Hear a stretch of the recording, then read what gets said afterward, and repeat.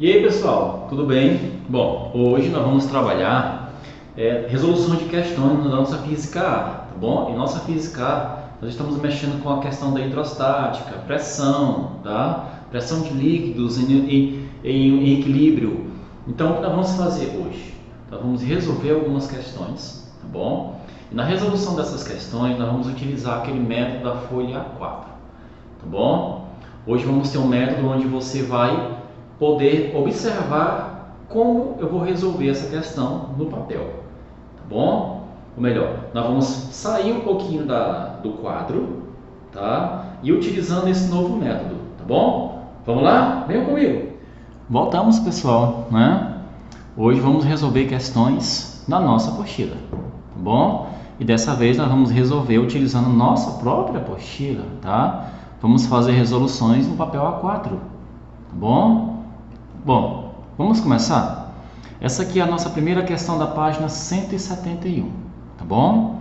Ela fala o seguinte, vamos fazer uma breve leitura. Pegue sua apostila aí para a gente dar uma olhadinha. Ela fala o seguinte: em 1996, o engenheiro civil e mergulhador John Boykin teve a ideia de construir na Bélgica uma piscina que simulasse o Mar de Bora Bora, ilha do Oceano Pacífico famosa pelas águas cristalinas. Seu objetivo era oferecer um ambiente de mergulho seguro para o treinamento de mergulhadores iniciantes e profissionais. Em 2004, Bernards inaugura a um custo de 11 milhões de dólares a Nemo 33. Seu principal poço, de formato cilíndrico, possui 33 metros de profundidade e 6 metros de diâmetro, tá? Então você pode perceber que nós temos aqui uma altura desse poço. Ele vai ter aqui 33 metros de profundidade, tá bom? E nós temos aqui um diâmetro de 6 metros, ok? Continuando, ele fala o seguinte: calcule as pressões de hidrostática e total em Newton por metros ao quadrado no fundo do poço.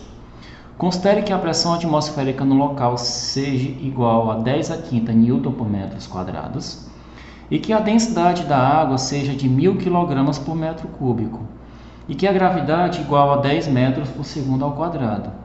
O esquema seguinte pode auxiliá-lo a resolver essa questão. Se você olhar para essa questão, se você se basear nessa área, lógico, você vai ter uma ideia de área e peso, né? Peso dessa água, tá bom? Você vai pensar diretamente nessa fórmula aqui, olha. Então, se eu quero calcular a pressão aqui no fundo, essa pressão seria o quê? Essa pressão seria o peso dessa água pela área, não é? Por essa área. Então, automaticamente você pensaria nessa fórmula aqui, ok? Bom, mas nós temos o quê? O teorema de Pascal, tá bom? O princípio de Pascal. Nesse caso aqui, você pode perceber que nós vamos utilizar aqui outro elemento, tá bom? Utilizando esse outro elemento, nós vamos utilizar o teorema de Stephen também, tá certo? O teorema de Stephen, ele vai nos ajudar a resolver essa questão, tá bom? Nós temos a questão aqui da pressão, viu? Que trabalhou-se Torricelli e Pascal, tá bom? Com essa equação. E também nós temos o princípio de Stephen. O princípio de Stephen, ele fala que a pressão aplicada sobre uma coluna é quem? É a nossa pressão atmosférica mais a densidade multiplicado pela gravidade multiplicado pela altura da coluna líquida, tá bom? Então nós temos essa equação aqui que é o teorema de Stephen, viu? Será que dá para eu utilizar essa equação aplicando-se os dados que eu tenho nessa questão? Vamos analisar? Bom, nessa questão aqui, eu tenho os seguintes dados. Eu tenho a altura, tá bom? Que é a profundidade desse poço.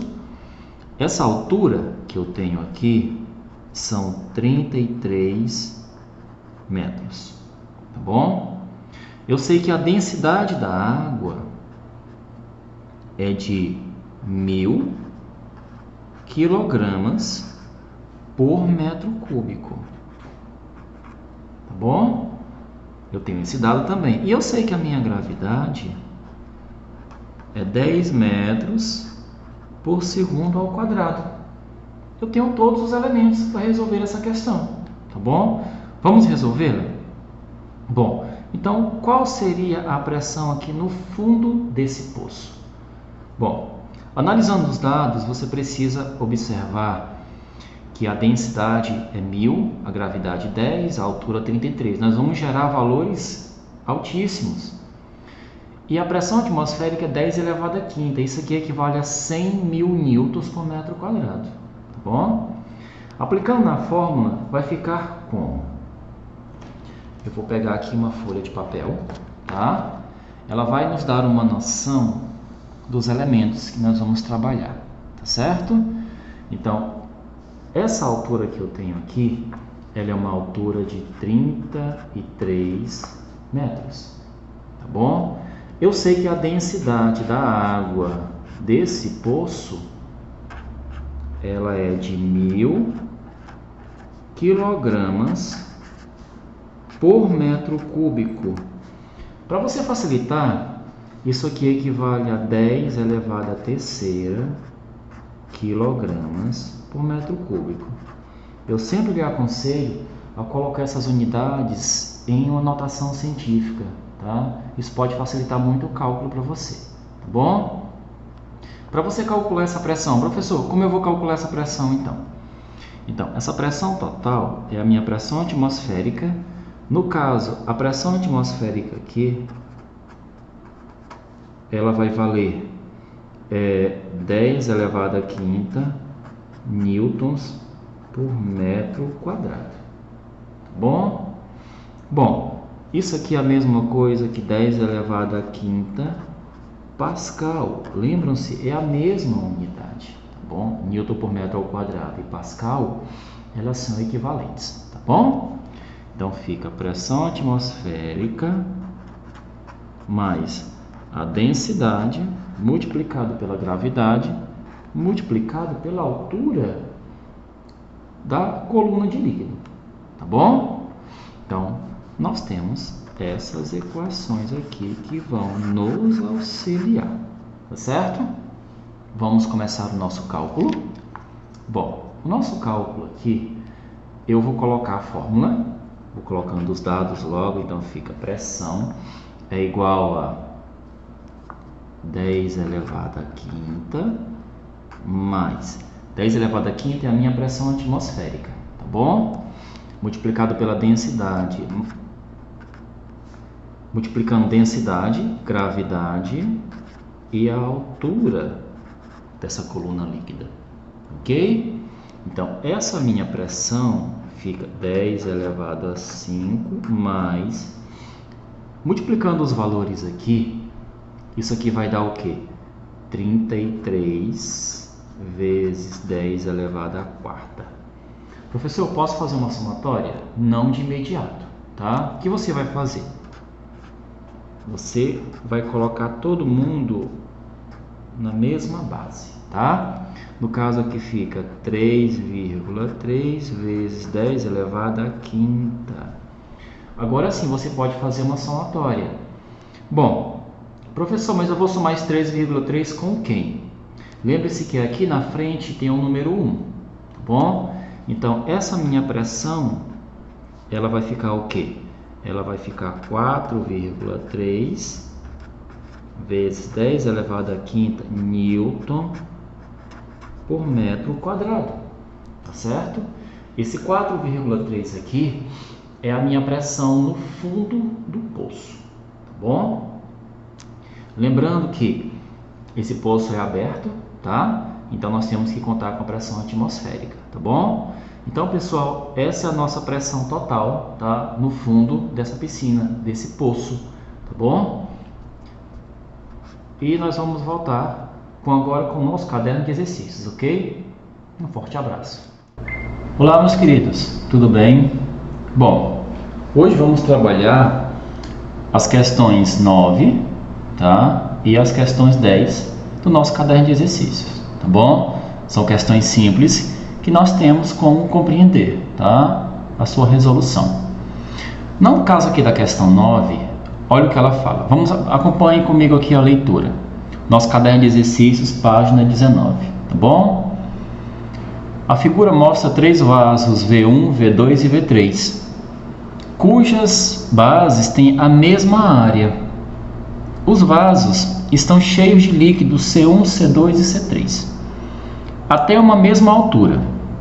A pressão no fundo dos vasos são P1, P2 e P3, respectivamente. Com relação a essa situação, é correto afirmar que... Bom, para nós entendermos como funciona essa questão, vamos aplicar aqui, tá? Nós temos aqui uma folha. Eu fiz um desenho para vocês aqui. Nós temos líquidos iguais, tá bom? Bom, para trabalhar a pressão, como nós temos líquidos iguais e alturas de colunas iguais, vamos trabalhar o seguinte.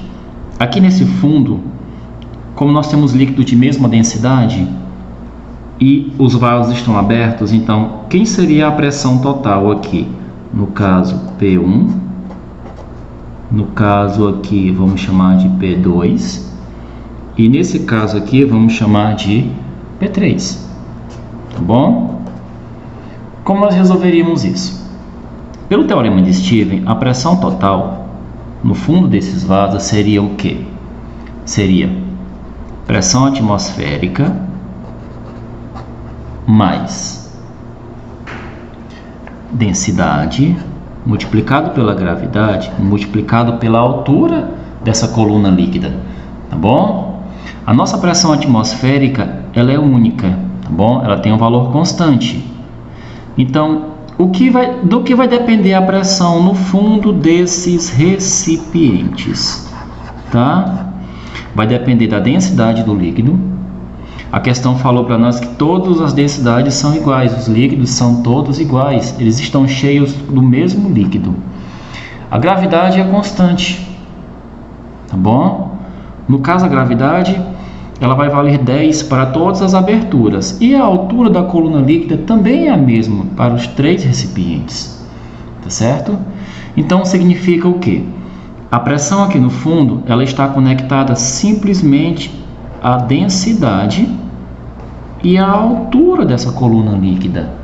Como nós temos sempre o mesmo líquido, tá? Ou não. Talvez se a questão pode falar também para mim que os líquidos podem ser diferentes. Caso os líquidos sejam diferentes, nós teremos pressões diferentes. Quanto maior a densidade, maior a pressão, tá? Então, vamos voltar para as alternativas. Então, se você analisar, nós temos aqui 4 alternativas. Ela fala o seguinte: com relação a essa situação, é correto afirmar que a pressão 1 é igual à pressão 2, que é igual à pressão 3, somente se os líquidos C1, C2 e C3 forem idênticos. A letra A está correta, né? Por princípio, ela está correta. Então, eu vou colocar aqui um verdadeiro, tá bom? Vamos analisar as outras.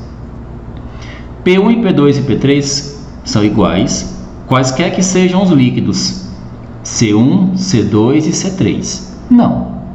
Se eu tiver líquidos de densidade diferentes, então eu tenho pressões diferentes, tá bom? Se você analisar, voltando aqui ao nosso raciocínio, se a densidade D1 for diferente da densidade D2, que é diferente da densidade do líquido 3, qual é a consequência disso?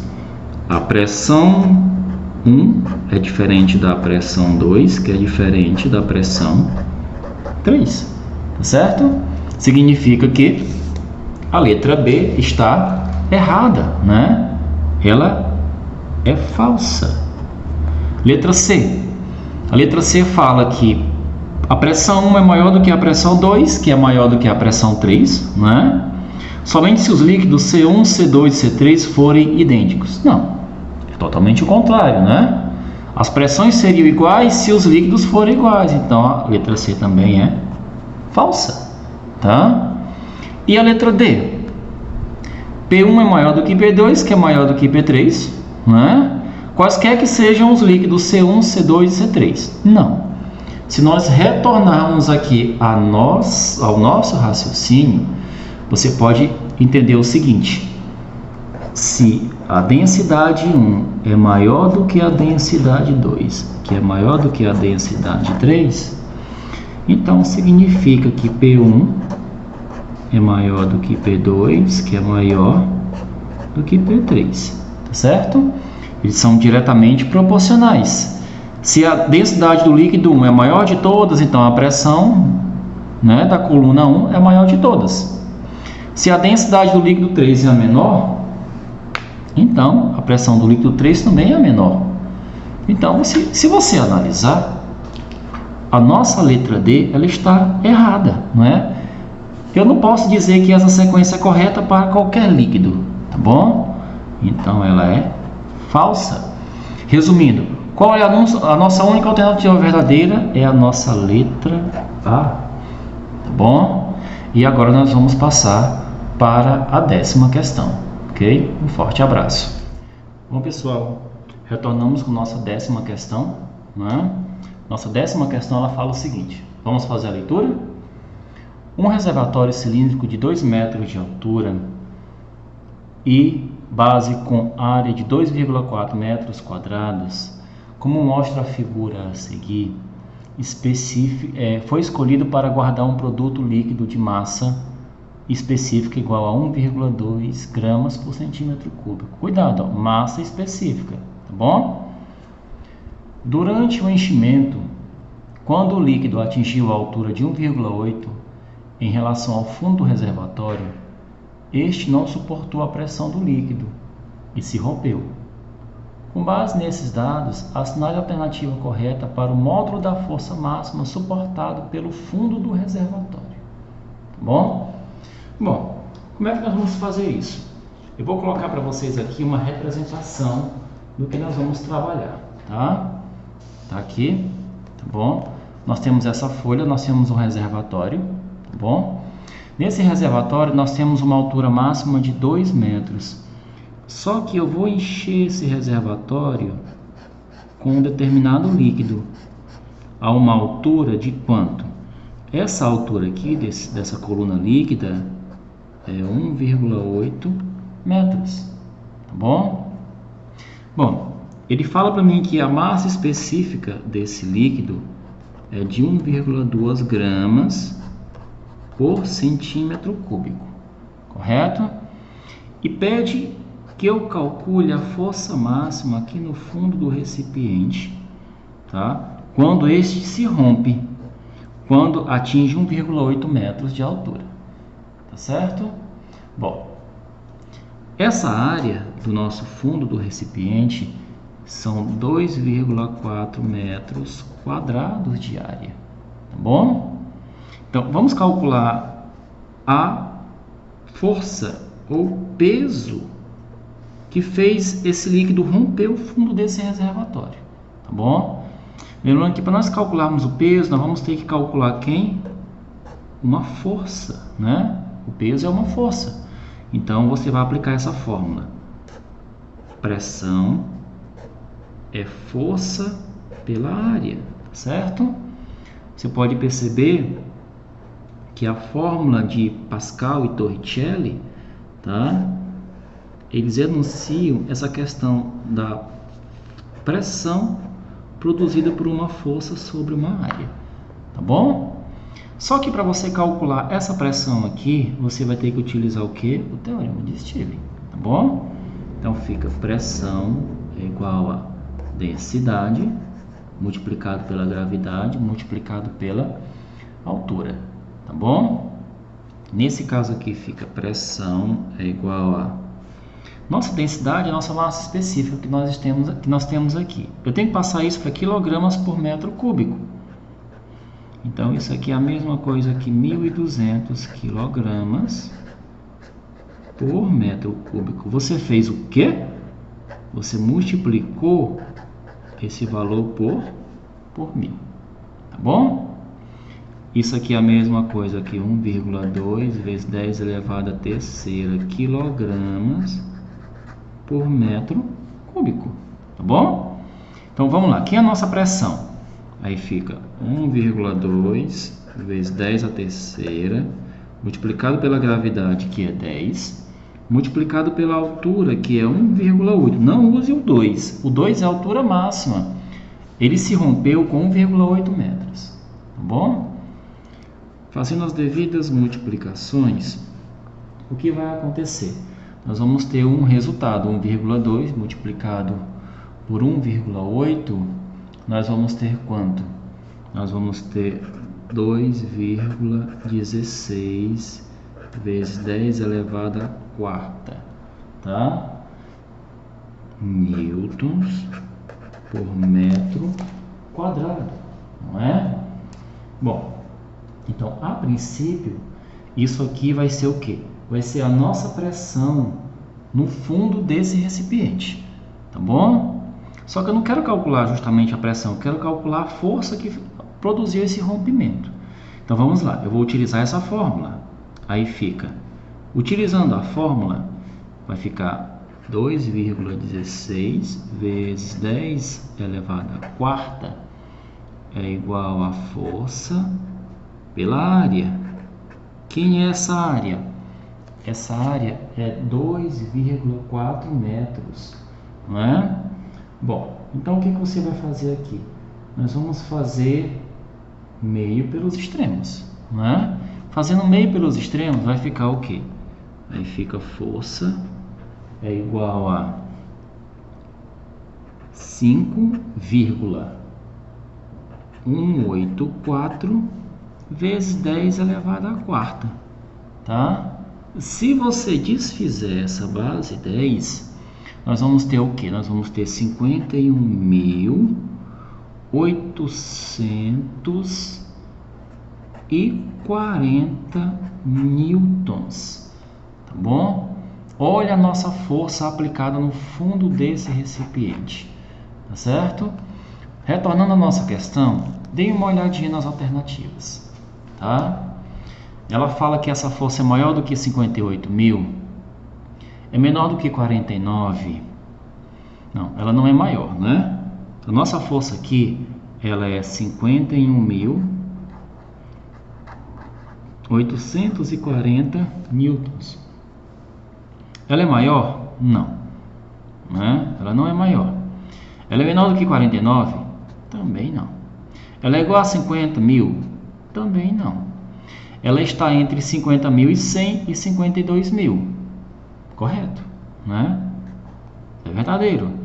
Está entre 49.100 e 49.800? Não. Então a nossa alternativa correta dessa questão aqui é a nossa letra D. Tá certo? Então viram como é fácil a resolução dela, né? Se nós revermos todo o nosso trajeto, tá bom? Dei uma olhadinha aqui. Você pode observar aqui. Eu precisei utilizar a fórmula padrão de Torricelli e Pascal, tá? E também precisei utilizar a fórmula que é o teorema de Stevens, tá bom? Teorema de Stevens. Eu calculei a pressão com o teorema de Stevens, joguei aqui o teorema de Pascal. Teorema não, nós vamos do princípio, né, de Pascal, da pressão de uma força. E você achou quem? O peso que rompeu esse duto, né? O peso que rompeu esse reservatório, o fundo do reservatório. Esse peso é calculado como uma força. Nós tínhamos a área, nós tínhamos uma massa específica que é a nossa densidade, tá bom? Professor, por que eu chamo de massa específica? Porque o recipiente ele não tinha nenhuma falha, o recipiente estava completo, né? Ele estava sendo preenchido por esse líquido. Então você está utilizando uma massa específica, tá bom? Então, pessoal, ficamos por aqui com essa questão e no nosso próximo estudo nós vamos trabalhar a questão da conexão entre líquidos, né? Ou melhor, na comparação de tubos, conexão entre líquidos em um tubo, tá bom? E também, na sequência, trabalharemos também a questão da prensa hidráulica, aí sim o teorema de Pascal, tá bom? E o teorema de Arquimedes, tá certo? Bom, forte abraço e até mais.